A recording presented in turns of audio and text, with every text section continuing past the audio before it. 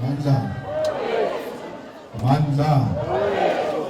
Viva EFF, viva. Delegates, you are the shield that will protect the integrity of the EFF and defend the people's movement from infiltration. It is you who must tell us of the misuse of organizational resources to pursue selfish It is you who must fight against the quarantine of delegates in places which are not approved by the EFF and the use of transport that does not belong to the EFF to transport you as delegates. Fighters, you must not allow the power that you hold on behalf of the people to be purchased by individuals who are seeking election or who are promoting anarchy in the national process. For the delegates, to allow yourself to vote to undermine the integrity of the text and the aim of the EFF will constitute a form of infiltration, and you will be remembered in the same line as those who have left the EFF, who tried and failed to infiltrate it and destroy this people's movement. The EFF has most recently experienced dangerous levels of infiltration, because this infiltration has been perpetuated by founders of this movement, who were converted into sleeper agents and double agents who sat amongst us but reported elsewhere. This challenge we were faced, which you must as delegates reflect on, is one that can only be characterized as infiltration. The term infiltration is not a buzzword that is used to smear those who disagree with us, but it is a term that captures the process of when one deliberately entrenches themselves in an organization for purpose of sabotage, deceit, and betrayal. Infiltration manifests itself in a different ways, and contrary to popular belief, it does not only begin at easily identifiable signs of being a double agent, but it begins at a level comprising of ideas. It is when ideas and principles are sacrificed at the altar of self-interest that infiltration manifests itself, and that self-interest can be disguised as being in the best interest of the movement. The EFF was not only confronted by infiltration for the purpose of sabotage in elections, or for the purpose of destroying the organization as we know it. We were also confronted by an ideological infiltration and political degeneration. The ideological infiltration that confronts us is so sinister because it has the ability to utilize revolutionary language to justify compromise, betrayal, and collaboration. It is those who were most skilled amongst us in ideological language and rhetoric who have used the very same ideological tools of analysis to perpetuate and justify the betrayal of our people and our values as an organization. We have praised them, awarded them with titles, and sacrificed the task of political and ideological development of our movement to their hands, and they've used our trust as a weapon to strike against the very foundations of for who we are. Commissars, infiltration in the EFF did not start when a few high-ranking members resigned from the EFF, but it began when certain individuals began to think of themselves as the custodians of thinking in our movement. And unfortunately, we are right. The ideological infiltration of the EFF began when we allowed our struggle for liberation to be individualized. And it is that process that allowed ambition to thrive and ideological principle to die. The consequences of this long process of ideological infiltration started showing themselves when there were attempts to convince us to collaborate with the historical enemy at the highest level of governance. But this is not where it begins, and not even for the EFF, because our infiltration is not unique to us, but it is a phenomenon that is common for African liberation movements. The infiltration of the EFF is no different from the infiltration that has confronted the former liberation movement here in South Africa, not only in 1994, but various moments in its struggle, including its formation. As a movement for economic freedom, we are victims of a historical infiltration of our values and ideals as freedom fighters. And it is an infiltration we were inherited in the same way that we inherited the liberation struggle itself. Commissars, in order to explain the culture of infiltration that we have inherited, I will argue to explore what I will call the three historical parallels of compromise that define and characterize the infiltration of the EFF. The similarities in history with what we have experienced recently can be drawn between the character and form of struggle by the ANC in its formative stage, the political degeneration of the liberation movement during the armed struggle, and the Burkina Faso moment which led to the untimely death of Thomas Sankara.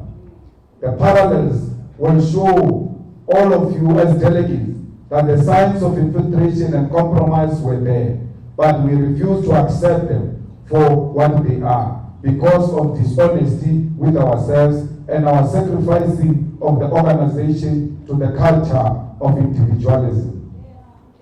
Since its formation, when it was still named the South African Native National Congress, the ANC had in its blood the seeds of compromise.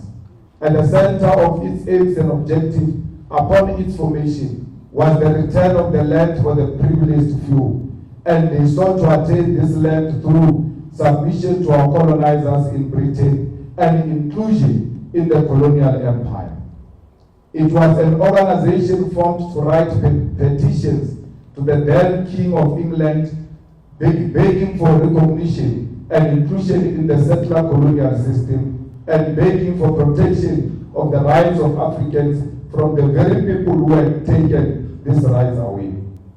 At the center of this petition was the character of submission to the imperial rule, and one such petition written to King George V was written in the year 1914 by the South African Native National Congress following the adoption of the Native Land Act in 1930.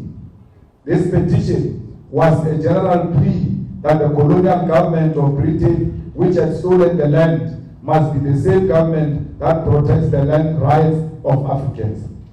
A portion of the petition reads as follows: that petitioners say that when their forebears submitted themselves to the rule of the British government and paid homage to them, they fully accepted the sovereignty of Great Britain and no other. The petitioners have never begrudged members of the white race who strongly and solely against being gradually squeezed out of rights of the land in proportion to their numbers and on the same terms and conditions as the white race.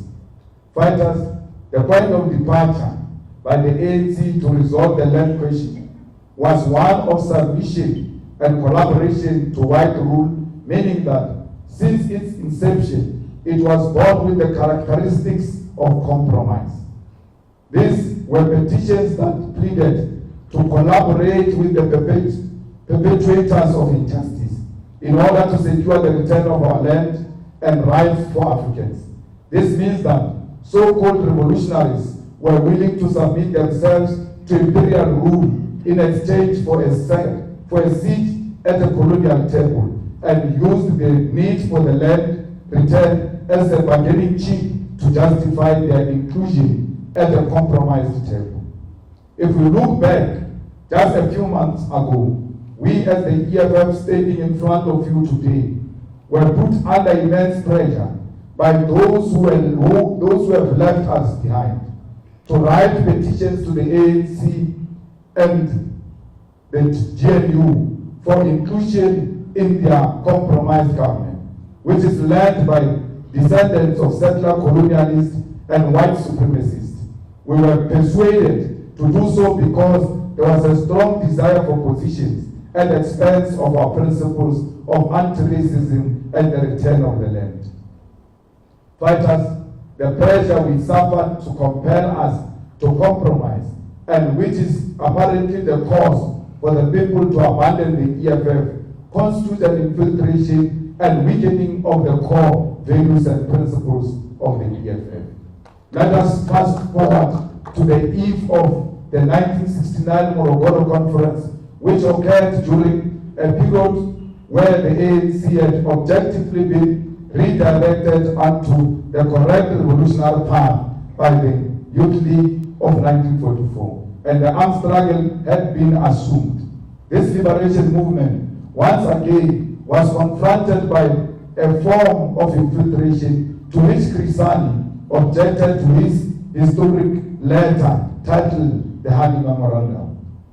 For the parallel of compromise to apply, one part of the Honey Memorandum must be noted, which was critical diagnosis of the liberation movement's level of activism and lack of appreciation of the prevailing reality in South Africa at the time. Crisani wrote that the ANC leadership in exile has created a machinery that has become an end in itself. It is completely divorced from the situation in South Africa. It is not in a position to give an account of the functioning branches inside the country. We are disturbed by the careerism in the ANC leadership abroad, who have in every sense become professional politicians rather than professional revolutionaries. Fighters, although the EFF may not be involved in an armed struggle at this particular moment, this diagnosis of organizational decay of the ANC before the Morogoro Conference in 1969 should be an instructive reminder to all of us of the symptoms of political degeneration. On this point, I wish to inform you that we as the leadership made a similar diagnosis of an aloof leadership style and character in KZN after the manifesto launch of the EFF, which was held at Moses Mabhida on the 11th of February 2024. We cautioned the then established Central Election Task Force that there is a degeneration in activism and organizational presence by the EFF in KZN. Despite the fact that all reports in terms of election machinery told us a perfect story, the deployees to KwaZulu-Natal during this period was completely divorced from the situation in KwaZulu-Natal. And this was possibly due to factors such as preoccupation with personal career objectives, and that instead of being a revolutionary that was in touch with reality, there was a creation of a machinery for the purpose of compliance. The same way Crisani warned the ANC of a decline of a revolutionary leadership at the height of the armed struggle, we warned the EFF of the decline of a revolutionary and activism leadership in KwaZulu-Natal months before the elections. As an intervention, we even went as far as carefully framing the removal of the head of this organizational decay from KwaZulu-Natal and saying that he will be supported by Secretary General while redeploying him to the Eastern Cape, where organizational work had already been consolidated. These are the length we went to protect the dignity of someone who goes around today claiming that he was ill-treated in the EFF. This is what we did for someone who today calls us gangsters. The orchestrated organizational decay in KZN before election constitutes a clear example of infiltration. We are even being kind by saying that the person who was deployed to KZN for election was divorced from reality in KZN. It may even be true and more worrying that he was aware of the damage to come in KZN and kept quiet because he had already chosen to betray this movement. The final end, unfulfilled parallel, I want to direct you to fighters, is the one of Burkina Faso. As many of you ought to know, Burkina Faso was once led by Thomas Sankara, who assumed presidency of the nation in 1983 and radically changed the relations with the neo-colonial forces. It was Thomas Sankara who led progressive reforms such as the refusal to pay colonial debts and to take loans from institutions such as International Monetary Fund, massive agricultural production under the principle of self-sufficient Burkina Faso, as well as progress in improving healthcare, literacy, and women's rights. As he pursued these initiatives, Sankara had by his side one Blaise Compaoré. Little did Sankara know that he was flanked by an agent of a very imperialist he sought to undermine, and it was his confidante who would lead this overwhelmingly and ultimately assassinate him. Fighters, we are not self-centered enough to compare ourselves to such great revolutionaries, as we have long path to liberating our people, that we must still travel, but to not draw experience from this history will be tantamount to deliberate ignorance. It is a fact we must consider that we as leaders who seek to achieve a better society for all had entrusted our lives to someone who will, if wished, orchestrated our death. The levels of access to our lives, our families, and to what we consume pose a risk to our very lives. But the greatest fear should not be our own death, but what would have happened to this revolutionary movement if the path to kill us was chosen rather than the path to abandon us. Perhaps we must be thankful that the path to desert us was chosen instead. Perhaps we must be thankful that we did not die.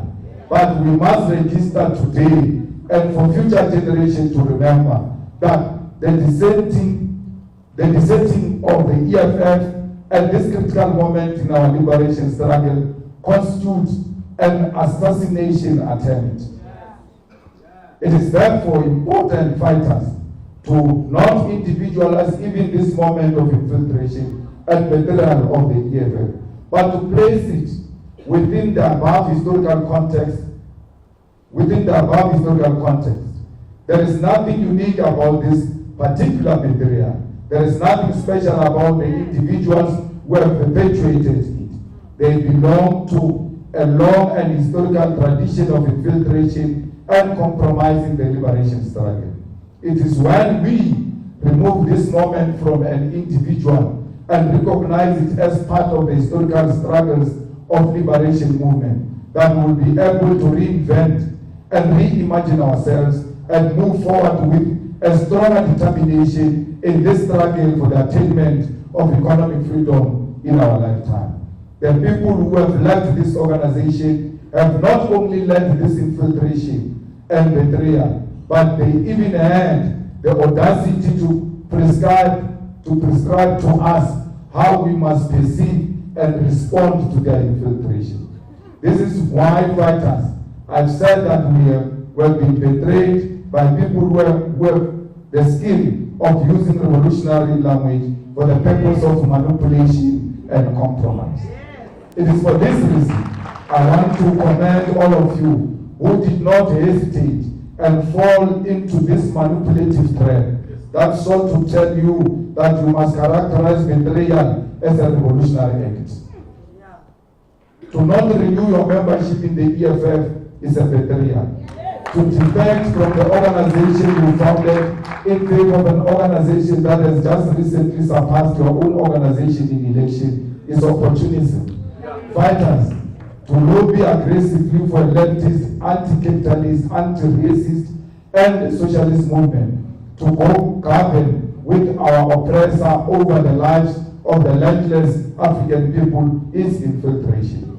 It is for this reason, delegates, that moving forward, we must avoid individualism and promotion of people because it feeds into egos and leaves the organization vulnerable to infiltration.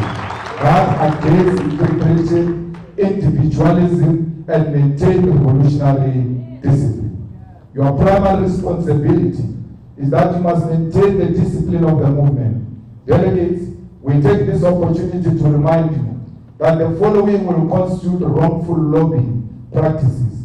And if you are found to have practiced these things, you are likely to lose your status of a delegate going into the NPA. Raising and using funds and other resources to campaign for elections. Distributing money to EFF members and structures as part of campaigning for leadership elections. Production of t-shirts, posters, and other paraphernalia to promote particular list of candidates. Promising positions or other incentives or threatening to withhold such as a means of gaining support. Using the media to promote a particular list of candidates and to spread malicious rumors, falsehoods, or allegations against those with whom you disagree. Leaking confidential information to the media, secret interaction with journalists with the intention to get them to write stories on internal organizational issues or communicating internal decisions or processes to the media without due authorization. Negative campaigning, which relates to the attacks on the integrity of other comrades, both within the structures of the movement and in other forums. Suppressing honest and legitimate debate about the caliber of candidates in formal meetings of the movement. Allowing structures or individuals to condone violation of the constitutional provisions and or regulations and or failing to report such violation when they occur. Using the offices, resources, and staff of the EFF or any state institution or company as a machinery to promote a particular list of candidates. Using violence, intimidation, and threats to coerce or force those who hold a different view. Setting up structures outside the organization to promote or lobbying for a particular candidate. Convening meetings to discuss leadership issues under the false pretext that they are organized constitutional structures. Production and distribution of documents and pamphlets not approved by the structures of the organization will not be allowed. The use of social media to discredit the organization and other members, such as Facebook, WhatsApp groups, or Twitter, will not be allowed. EFF members nominated for leadership positions in the CCT must actively, vehemently discourage anyone from using their names to campaign for leadership position. Anyone who says, if you don't vote for so and so, we are going to disrupt that NPA, whoever they are speaking about must denounce those people. Because if you don't denounce them, it means you are approving of their wrong behavior and you shall be disqualified as a candidate. No EFF from CCT or PCT is permitted to claim the perception that their lobbying is a decision of the upper structure. No one must come and say this list belongs to the democratic centralism. Now there is no time for democratic centralism. It's time for branches to speak on their own without being intimidated. Lobbying shall stop once the process of electing the new CCT has been concluded at the Third National People's Assembly. Once the new CCT is elected, it becomes the duty of all EFF members to unite and rally behind the newly elected leadership, regardless of their preference the delegates had before the elections. We urge you to remain loyal only to the National People's Assembly guidelines, the Constitution of the EFF, the Code of Revolutionary Discipline, and the EFF Founding Manifesto. Do not be loyal to the Constitution of affection, because it will not save you. If anyone tries to make you conduct yourself outside of these revolutionary documents, then it is your revolutionary responsibility to report such individuals. A delegate of the EFF is not silent in the face of corruption. A delegate of the EFF does not look away when they sense the movement is about to be compromised or be put into disrepute. Fellow fighters, a delegate of the EFF is loyal, and as our constitution demands of us, in section 6, subsection 7b, loyalty means that, I quote, at all times, members and leaders will not keep quiet when the organization is unfairly criticized and attacked in private and in public. Loyalty to the organization means that members will remain active members even when removed from positions of responsibility or deployment. Loyalty means members of the EFF will not join in the opposing and opponent forces who unfairly criticize the organization and its leadership. Close quote. The organization can never be under attack. You keep quiet. And the only time you want to show that you are loyal is by being present in a meeting. But out there, you don't defend the organization. Out there, you speak very bad about the organization in private. That's why you can't speak good about it in public, because you know that those you told your views in private will know where you really stand. It is for this reason that U.S. delegate must be vigilant and loyal, and never allow enemy forces to coerce you into unfairly criticize the organization or its leadership. Delegates, this means that when the organization or its leaders are unfairly attacked in public or in private, it is your duty to stand up and defend the revolution, because this movement and its leadership are the custodians of the revolution. Fighters, the fact that we are heading to the third National People's Assembly does not mean that we no longer have a leadership, that anarchy must prevail until the Electoral Committee dissolves the Central Command Team and the National People's Assembly. This organization remains led, and this leadership will guide you throughout this process alongside your provincial leaders. Fighters, when we say that you must not unfairly criticize the leadership, we are not saying do not engage in constructive criticism, because our Constitution allows this. Section 6, subsection 5 of the Constitution speaks to constructive criticism and self-criticism and reads as follows.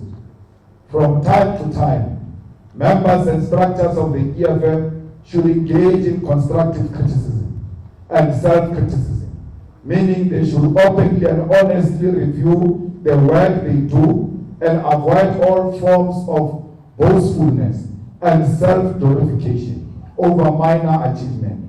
The People's Assembly, CCT, PCT, RCT, BCT, deployed cadres and members should periodically review the work they are doing against their own set target. They should always ask whether they have taken the correct decision, whether they have achieved what they intended to achieve within the time periods they decided on. Fellow fighters, none of you must therefore feel like you are censored from reflecting and engaging in constructive criticism, because when you are critiquing this organization, you are critiquing yourself, because you are the organization. The discussion documents of the Third National People's Assembly are part and parcel of this collective constructive criticism and self-criticism, especially in the organizational character and redesign document. It is this document, discussion document amongst others, which should inform your discussion here today. There are many critical questions which you must reflect on, such as the reorganizing of the regional structures into sub-regional structures, the establishment of the youth command, collapsing the student command into the youth command, because students are members of society before they are students. They should be able to exchange under one roof with the youth in the rural area, in the urban areas, in the suburbs and everywhere else where young people are found. There is a suggestion that we must increase the membership of the EFF from 100 to 200 for a branch to be a branch in good standing. All of this can be agreed to or be rejected, especially the one of organizing regional structures. I was telling Vuyani that this one, every time I speak about it, people look sad, but they don't know that they've got the power to can reject it. Nothing has been resolved here. It's a discussion document. Don't be angry at discussion document. Raise your views and tell us why you don't agree that we redesign the structures of the EFF. These discussion documents ought to be the bedrock of your discussion, because you cannot discuss leadership questions before you discuss the mandate these leaders must carry out. There must be a term of reference of what these leaders will be leading, so that they know what is expected of them before they accept the responsibility of leadership. Let us exhibit the highest form of discipline, fellow fighters, and in doing so, not shy away from reflecting on the recent occurrences within our movement and within society in general. The National People's Assembly is important because it is our commitment to internal democracy, a principle which must never be compromised, because it is Leninism to allow all party members to engage on the technical questions and planning of the movement and to engage on the election of party leadership. It does not matter whether democracy goes in your favor or not, but our commitment to this principle is very important. Be honest in your discussion and revolutionary in your approach, and avoid at all times the temptation to fall into the traps of liberalism. In conclusion, I want to share with you the key principles to avoid organizational decay and to avoid allowing liberal tendencies to inspire you as a delegate of the EFF. These are 11 points combating liberalism as developed by Mao Zedong, the chairman Mao Zedong of China. Liberalism fighters manifest itself in the following ways, and we must always strive to avoid practicing it. To let things slide for the sake of peace and friendship when a person has clearly gone wrong. Because it's your friend, because it's your roommate, because it's your schoolmate, because it's your lover, because it's your wife or husband, you allow a wrong thing to slide because you just want peace. That is a liberal tendency which must not be allowed. To indulge in irresponsible criticism in private instead of actively putting forward one suggestion to the organization. To say nothing to the people to their faces, but to gossip behind their backs, or to say nothing at a meeting, but to gossip afterwards. To show no regard at all for the principle of collective life, but to follow one's own inclination. This is a tendency that should not be allowed. When you hold a view as an individual, once that view is defeated by a collective wisdom, your view is nothing. What matters is what has been decided upon. You must not boast about how correct you have been, even when there is a collective decision. To let things drift if they do not affect one personally. To say as little as possible while knowing perfectly well what is wrong. To be worldly wise and play safe and seek only to avoid blame. When you speak during a crisis, we can't hear you because you don't want to be seen to be taking a side. You just pretend like you are with everybody. You can be given 40 minutes to speak. Even after 40 minutes, we don't hear what you are saying. You just hear a person next to you say, Kuluma about it, after you spoke, because you have said a lot of nothing. Not to obey others, but to give pride of place to one's own opinion, to demand special consideration from the organization, but to reject its discipline. To indulge in personal attacks, pick quarrels, vent personal spite, or seek revenge instead of entering into an argument and struggling against incorrect views for the sake of unity or progress or getting the work done. to hear incorrect views without rebutting them, and even to hear counter-revolutionary remarks without reporting them, but instead to take them calmly as if nothing had happened. Someone sit with you in a private meeting in expensive restaurants and houses and tell you that I'm leaving the EFF, and then you decide not to tell the EFF. It's a tendency that must not be accepted. Because once you hear a view that has got a potential to damage the image of the organization and bring the organization into disrepute, you are duty bound to report such notice. Even if they raise it as a joke, you must go and repeat that joke, that so-and-so was joking in this way. Because you might think it's a joke, only to find that it was a program of action. To be amongst the masses and fail to conduct propaganda and agitation or speak at a meeting or conduct investigation and inquiries amongst them, and instead to be indifferent to them and show no concern for their well-being, forgetting that one is a communist and behaving as if one were an ordinary non-communist. You cannot, when you are found in the meetings of communities or with our people, fail to push propaganda of the EFF, fail to agitate those people, and behave as if you are not part of the socialist agenda of the EFF. To see someone harming the interest of the masses and you keep quiet. A person goes around cutting street poles, saying they want to copper out of those street poles. Someone goes and decides to engage in illegal dumping. You don't take an individual stand and say what you are doing is harming our community.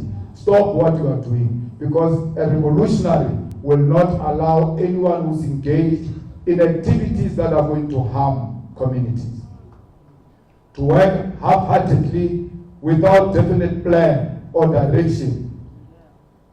You have to have a plan. You can't just be busy, and when we check, you are busy over nothing.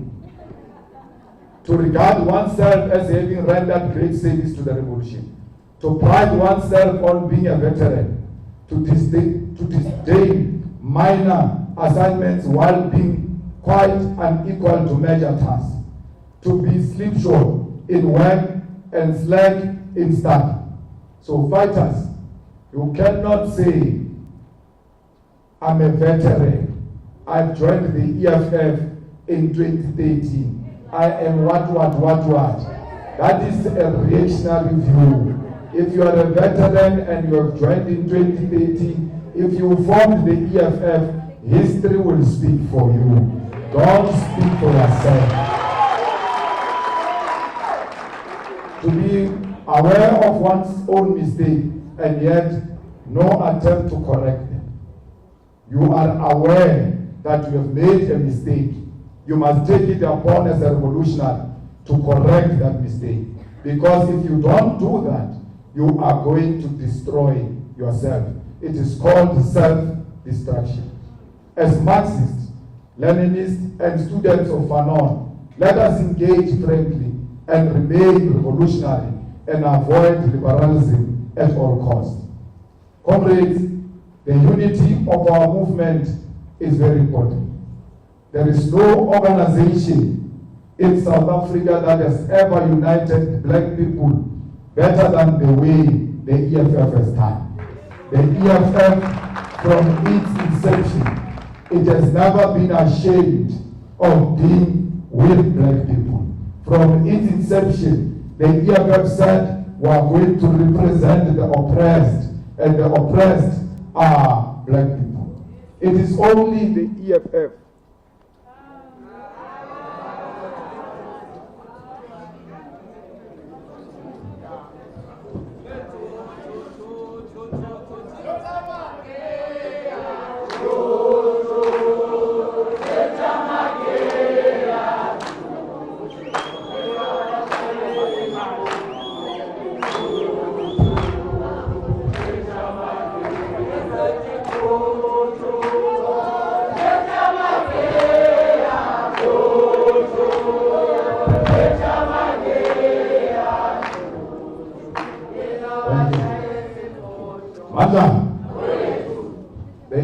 EFF is the only organization that said we are going to fight for the total liberation of black people in South Africa.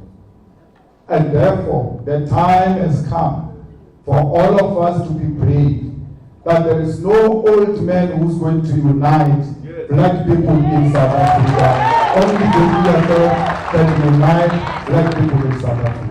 The track record of the EFF gives a clear scientific proof that only the EFF was able to put more than 120,000 people under one roof at the FNB Stadium. No any other organization has done that. Even now, they will never dare to go up to the FNB Stadium. Yet they say they can mobilize and organize and unite black people. Fighters, there is no one and no organization, historically and even now, that exists beyond the borders of South Africa. It is only the EFF. So how do you say you can unite people when you are 82 years old, having failed to unite them for the past 82 years, you think you can do it now? The unity we are talking about is not a lip service. It's not something used to mobilize people for the sake of positions. We need this unity of Africans in practical terms. That's why we are the only organization that has got EFF Nigeria, EFF Ghana, EFF Liberia, EFF Namibia, EFF Lesotho, EFF even in diaspora. Only the leadership of the EFF in South Africa gets celebrated by African people all over the continent, all over the world, and even in the diaspora. All the black people, wherever they are found, they know of this animal called the EFF. Why would you want to close the EFF for a spaza shop with expired foods? We cannot allow a situation where this movement, with such a huge infrastructure, with an office owned by this organization, with farms belonging to this organization, with members belonging to this organization, with houses built for ordinary people by this organization, with students who were taken to school by this organization. We woke up one morning and said to all those children, the organization you committed that when you grow up, you are going to vote for it is no more. We would have sold the future generation. We are not going to sell the future generation for the dreams of an 82-year-old man who is corrupt to the core, who has formed his own thing for his own fame. Comrades, we are going to fight corruption during Zuma, even after Zuma. Zuma is corrupt. We will not misled about the corruption of Zuma. Cyril Ramaphosa is corrupt. We will not be misled about the corruption of Cyril Ramaphosa. And we don't just talk about fighting corruption. We will be on the streets on Tuesday going to fight our power in the position of God because we don't pay everything. Where are they? All these people who are saying they can unite Africans, the thing that is eating away the unity of Africans, the development of Africans, the liberation of Africans is corruption. You stop corruption, you open doors for service delivery. That's why we are fighting corruption, because we know that defeat of corruption will mean free education and free health care and quality houses for our people. Amanda!